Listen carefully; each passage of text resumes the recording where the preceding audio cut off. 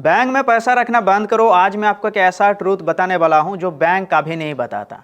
एक काम करो, आपका बैंक बैलेंस चेक करो और वो पैसा आपका बैंक में अगर 5 साल से पड़ा है और आप सोच रहे हो ये पैसा आपका यूटिलाइज हो रहा है, ये पैसा आपका ग्रोथ कर रहे हो, तो आप एकदम गलत सोच रहे हो। क्योंकि सच तो ये है, आपका पैसा बढ़ नहीं रहा है, आपका पैसा घट रहा है।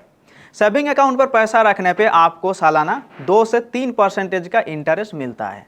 वही हमारा इंडिया की इन्फ्लेशन की अगर हम बात करें तो सालाना 6% से अधिक हमारा इन्फ्लेशन हो रहा है। मतलब आपका पैसा कहीं ना कहीं 4 से 5% इन्फ्लेशन की वजह से घट रहा है। इसका मतलब साफ है कि आप प्रॉफिट नहीं कर रहे हो, आप लॉस कर रहे हो।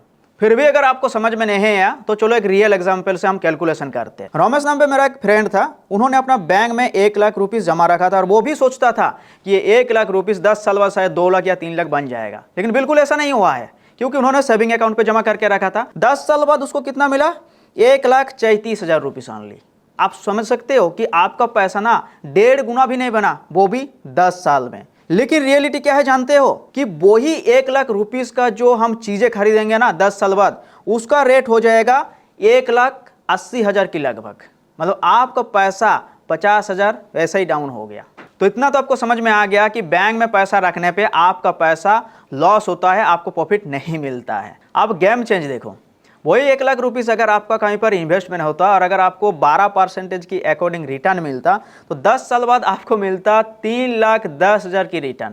तो आपका पैसा सीधा 3 गुना बन जाता, जो कि आप सेविंग अकाउंट से आपका पैसा घट रहा था और इन्वेस्टमेंट करके आपका पैसा 3 गुना बढ़ रहा है। इसका मतलब आपको पता चल गया कि आपको ज़्यादा रिटर्न कहाँ पर मिलेगा, सेविंग अकाउंट पर या कहीं पर इन्वेस्टमेंट करके। तो ये है कंपाउंडिंग के पावर। तो देखिए एकदम सिंपल सॉल्यूशन है, बस आपको इमरजेंसी फंड के लिए बैंक में कुछ पैसा रख देना है और बाकी पैसा को आपको इन्वेस्टमेंट करते जाना है।